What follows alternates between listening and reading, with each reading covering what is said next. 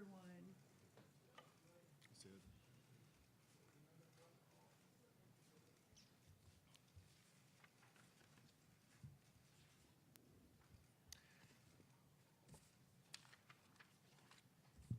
I want to thank everybody for being here, and especially want to thank Secretary Rollins for being back in the great state of Texas for what is going to be a very important announcement today.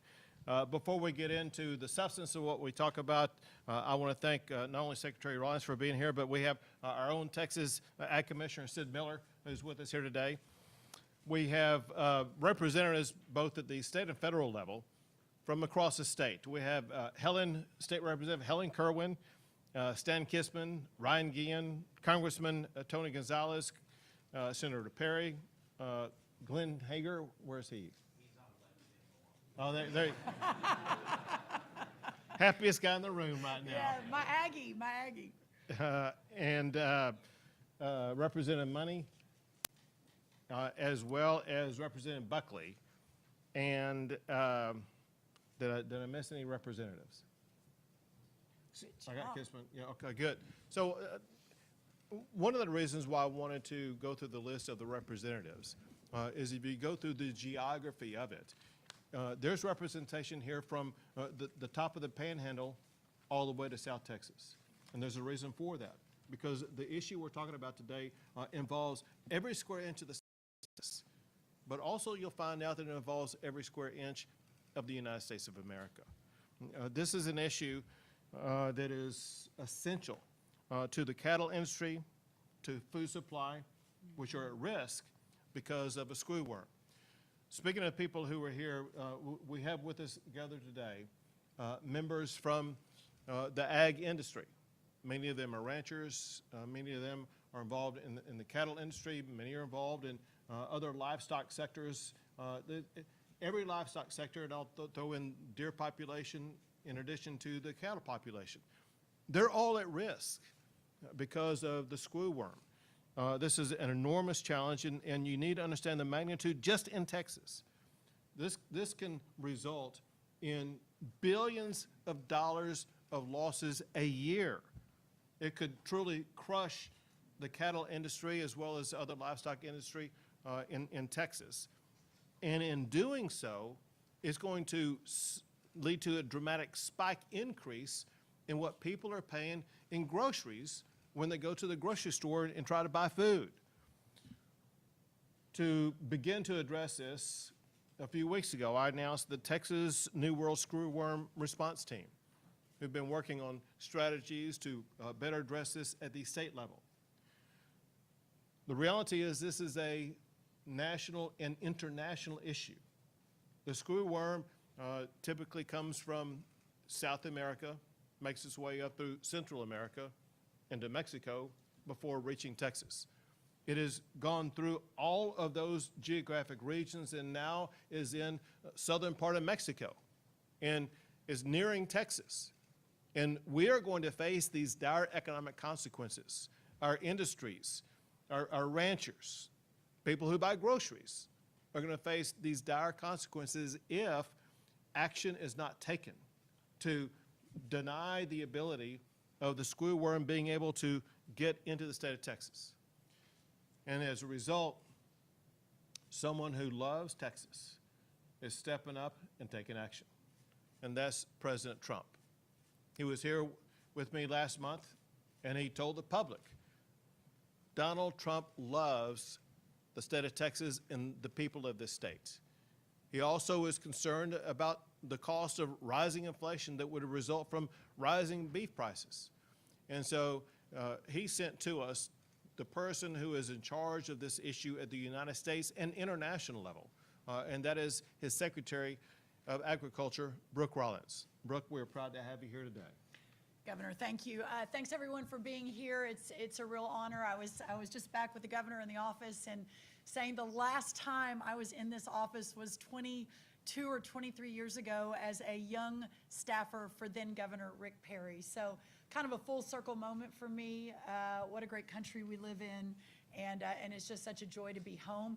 And not that you, sir, are not the most important person in the room, but State Representative Helen Kerwin, my mom, who you mentioned, is right over here to the left, along with so many of our great representatives. A quick shout out to Commissioner of Agriculture Sid Miller. He has been my partner on this now for 6 months, and no one knows more or has fought more mightily for our cattle ranchers, especially in Texas, but around the country, and your leadership is so appreciated, Sid. Thank you.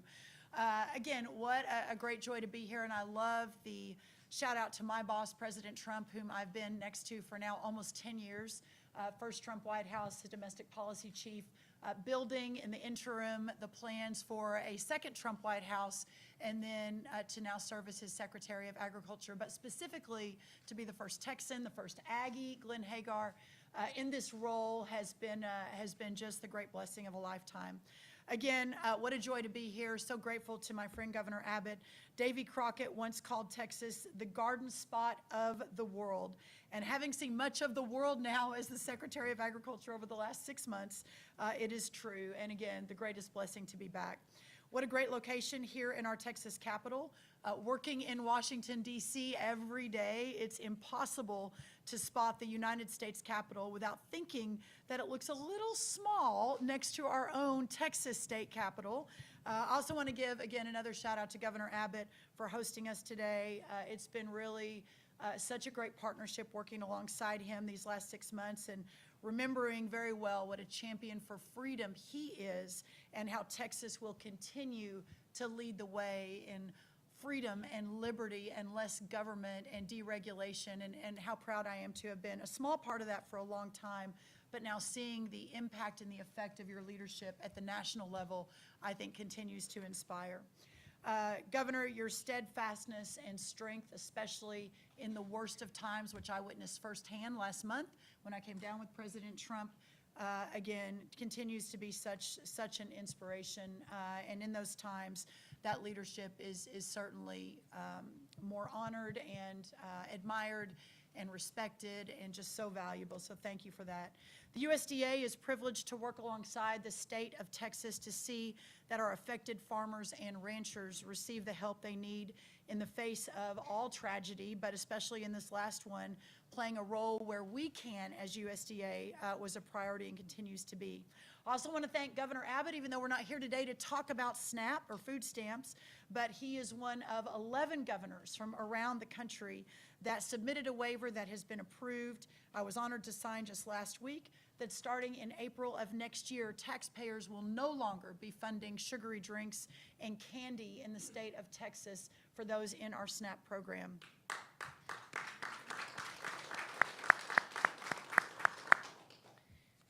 Obviously, again, as we mentioned, the reason we're here today is Governor Abbott so eloquently started us is on the New World Screwworm and what that potentially means for our cattle markets and for this great country. Farm security is national security, and ensuring that we in the Trump administration are doing everything we can every day to protect American farmers, American ranchers, and American consumers continues to be our highest priority.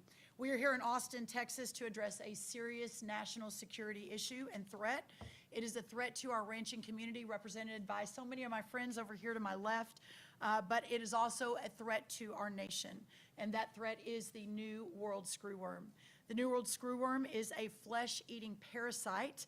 People think it's actually a worm, but it's not. It's actually a parasite that torments cattle and even the occasional human or household pet.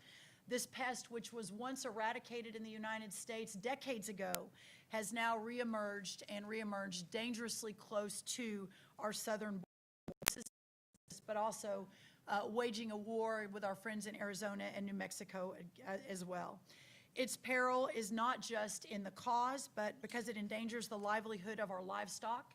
It endangers our livestock industry, and it threatens the stability of beef prices for consumers across America. That's a dinner table issue, as Governor Abbott mentioned, and one that affects every American home and community, directly affecting the cost of groceries and therefore the cost of living. All Americans should be concerned, but it's certainly Texas and our border and livestock producing states that are on the front lines of this every day. In early July, a detection just 370 miles from Texas sent a clear message. The threat is real and the time to act is now. That's why today we are building on the comprehensive 5-pronged plan I announced on June 18th in Edinburgh alongside Congressman Gonzalez and several others from Washington to combat the New World Screwworm's northward spread. So far to date, before today, we have suspended live cattle, horse, and bison imports through U.S. ports of entry along the southern border. We have launched an $8.5 million sterile fly dispersal facility in South Texas, and we have invested about $21 million towards renovating an existing sterile fruit fly production facility in Mexico to produce up to 100 million more sterile flies needed for eradication. That's to date. We've audited Mexico's surveillance program, trapping, and movement. We have held 4 public listening sessions on sterile fly production technology, eradication tools and technologies, and the benefits and barriers of enhanced domestic and international sterile fly production. Much of what we have heard at those listening sessions informed our plan that I will be sharing with you now. Today, we are going even further and taking the most sweeping actions in our country's history to date to stop this pest in its tracks. First, today we are announcing USDA will invest and build a domestic sterile fly production facility in Edinburgh, Texas, which is situated about 20 miles from the southern border and complements the dispersal facility we have already begun production on, with a capacity to produce 300 million sterile screwworm flies per week, and that's how we eradicate the parasite. This facility will triple our current output and eliminate our sole reliance on Panama and Mexico for sterile fly supply, putting America first. It's a tactical move that ensures we are prepared and not just reactive, which is to date what we have really been working through. We will invest, the federal government, up to $750 million on this facility, not an insignificant investment, and it will also create about 300 jobs right here in Texas. Second, we are launching up to $100 million in addition to the $750 million to identify and deploy cutting-edge technologies that can accelerate our response while the construction of the facility is underway. From novel traps and lures to modular sterile fly units, I am calling on the brightest minds in the country to build on our existing tools and help us outpace this pest quickly and in the most innovative way possible. Third, because of the migration of infected wildlife over the U.S. border, keeping in mind, Governor, and those who know this issue well know, back in the 1950s and 60s, we didn't have this population of wildlife in South Texas the way we do now. But we are ramping up the hiring of USDA-employed mounted patrol officers known as the tick riders or the tick crew. I actually went and rode the border with them about a month or two ago, which will be the cornerstone of our surveillance program. The tick riders are mounted on horseback and will provide the first line of defense against a New World Screwworm outbreak along the U.S.-Mexico border. We're also training our beagles of the Beagle Brigade to detect screwworm infections and will be significantly ramping up our border surveillance program with those and others. And finally, because pests don't care where the border is, we are working directly with Mexico, perhaps in a way never seen before. My counterpart, Secretary Julio Bertigay, and I are in contact almost daily on this issue at this point. We are working with Mexico to boost the surveillance training and oversight inside Mexico to ensure real-time tracking and reaction time while the U.S. works to verify Mexico's reported results and to help them improve their systems south of the border. Mexico has agreed to halt animal movement in affected zones, which will help push screwworm back towards the Darien Gap and away from our doorstep. The entire Trump administration is working in one coordinated effort to prevent this pest from entering the United States. The U.S. Food and Drug Administration, of course helmed by our friend Dr. Marty McCary, underneath Secretary Bobby Kennedy, is identifying current animal drugs, whether authorized in the U.S. or abroad, fast-tracking those that would likely be effective against the New World Screwworm. FDA has been a strong partner and is currently undergoing expedited avenues to ensure animal medical countermeasures are available. USDA and the U.S. Customs and Border Protection, CBP, are constantly monitoring our ports of entry, again, to keep the pest away. We are working alongside Secretary Chris Wright in the Department of Energy and Administrator Lee Zeldin in the Environmental Protection Agency, EPA, on new innovations to combat the pest. More coming on that. And we will continue to take all necessary steps across the entirety of the federal government, working alongside our partners at the state government and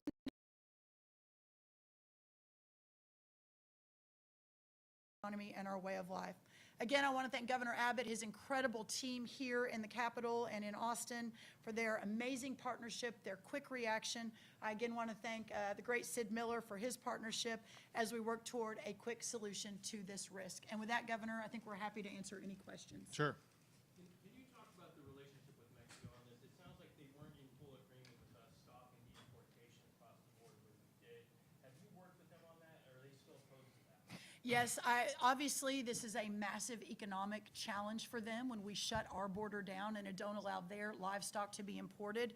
But I want to give a big amount of credit to their Secretary of Agriculture, who has been very resolute and a good partner. Having said that, we have had major issues in Mexico. For a while there, we couldn't land a lot of our planes, which were dispersing the sterile fruit flies. This is a couple of months ago. We didn't believe we were getting data in real time. We didn't know what data we could trust. So that's the reason we shut the ports down, and they were not happy about that. They continue to push very hard for us to open those ports, but I have been very clear to them over and over again that those ports don't open until we begin to push the screwworm back, and so I think that's important. So we're making progress. The partnership is as strong as it has ever been. They have been very open to us hiring, significantly ramping up USDA employees to work alongside their team in Mexico so that we have data based on our staff, not just based on what they're telling us. Are you also hearing from farmers related to the THC ban in Texas?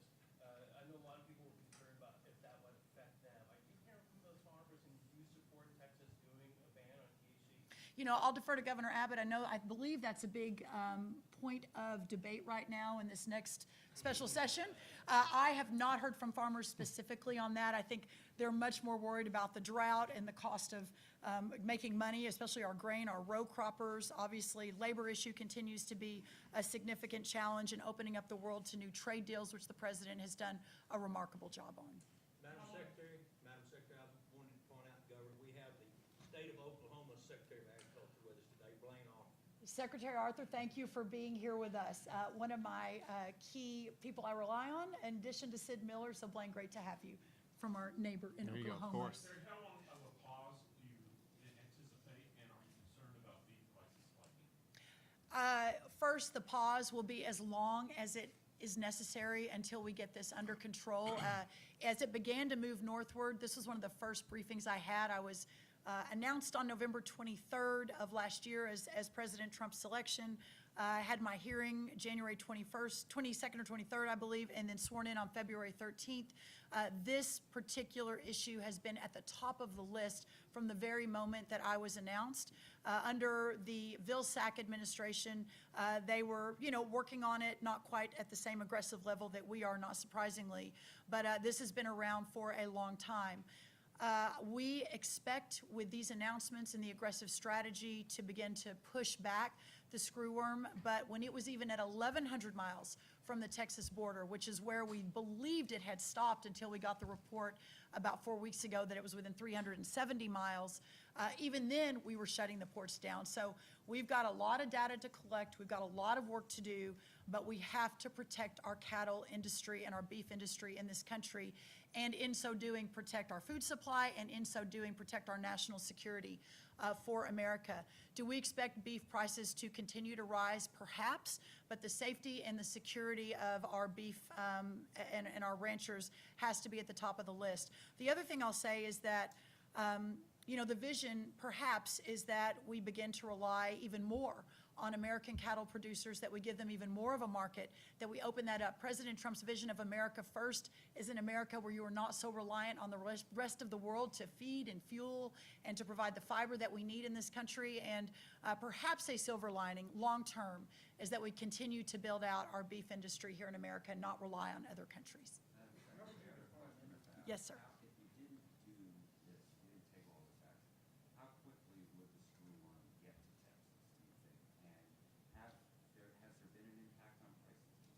I don't believe there's been, based on everything we have in the data, there's no impact yet.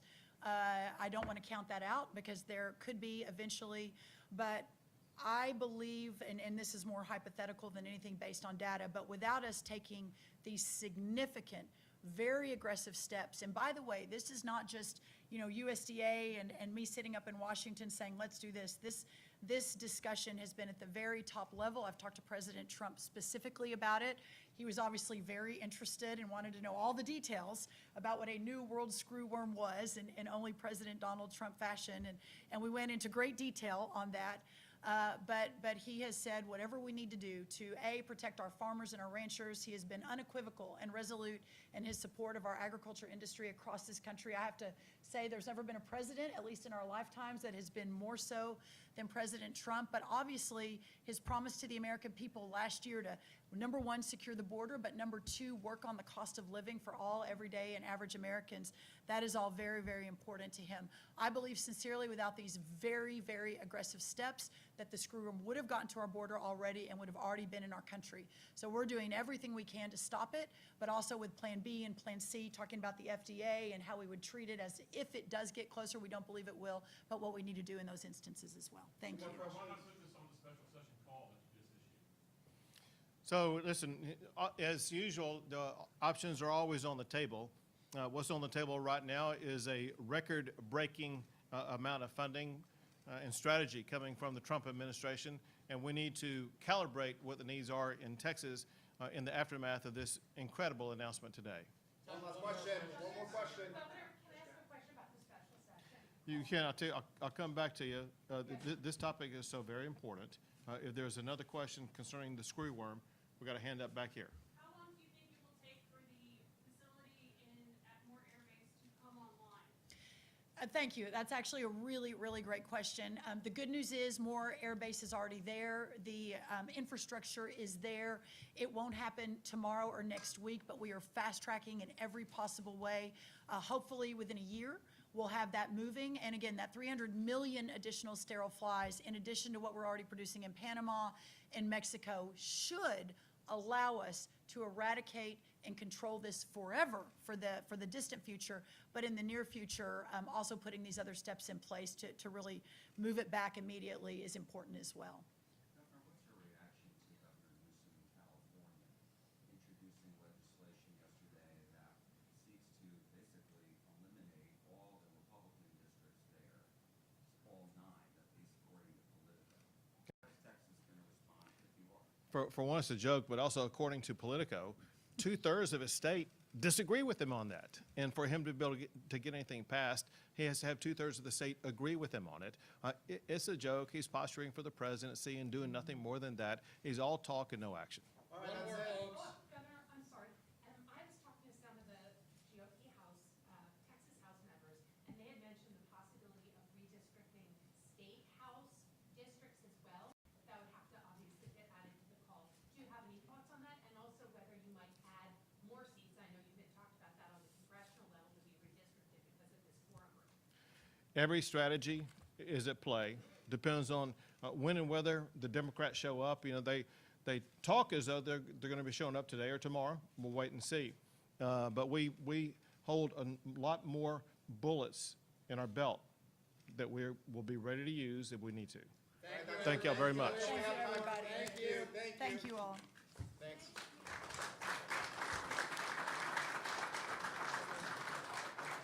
Good job. You too. Thank you.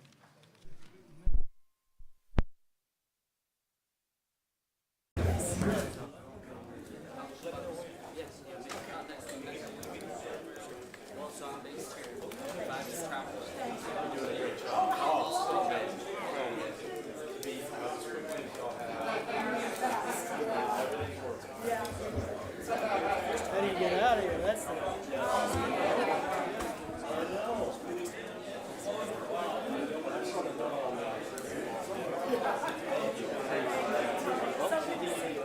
right, folks, we need the room. We have to clear up pretty quickly. Thank you. Hey, sir, good to see you. Yeah, good to see you. Yeah, very good. Very good. Yeah. Of course you do. Wonderful, yes. Count me in. Count me in. But don't stay there too long, though.